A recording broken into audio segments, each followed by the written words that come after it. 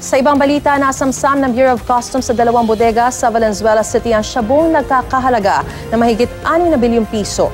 Ang daan-daang kilo ng droga iligal na iniangkat mula sa China. Ang mainit na balita hatid ni Trisha Zafra.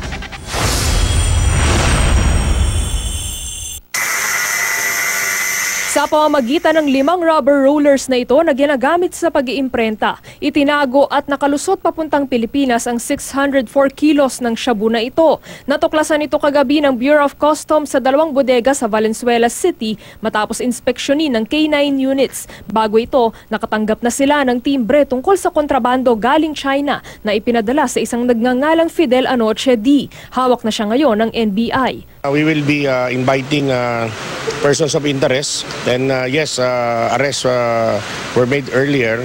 Tatanungin natin sila kung alam ba nila kung ano yung pinadala sa kanila at ano yung involvement nila dito sa operation na to. Mahigit 6 na bilyong piso ang street value ng nasamsam na droga. Sa dami, inabot ng magdamag ang pag-iimbentaryo ng NBI at PDEA. Habang nag-iimbestiga tayo ngayon dito, may mga nakuha pa tayong impormasyon.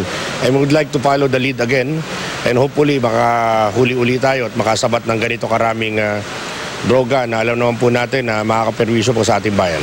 Malinaw raw na masasampahan ng reklamong misdeclaration of shipment ang mga sangkot bukod pa sa paglabag sa Anti-Dangerous Drugs Act. Sa Lunes, magsasagawa raw ng press conference ng NBI para maglabas pa ng mga karagdagang resulta ng kanilang investigasyon. Trisha Zafra, GMA News.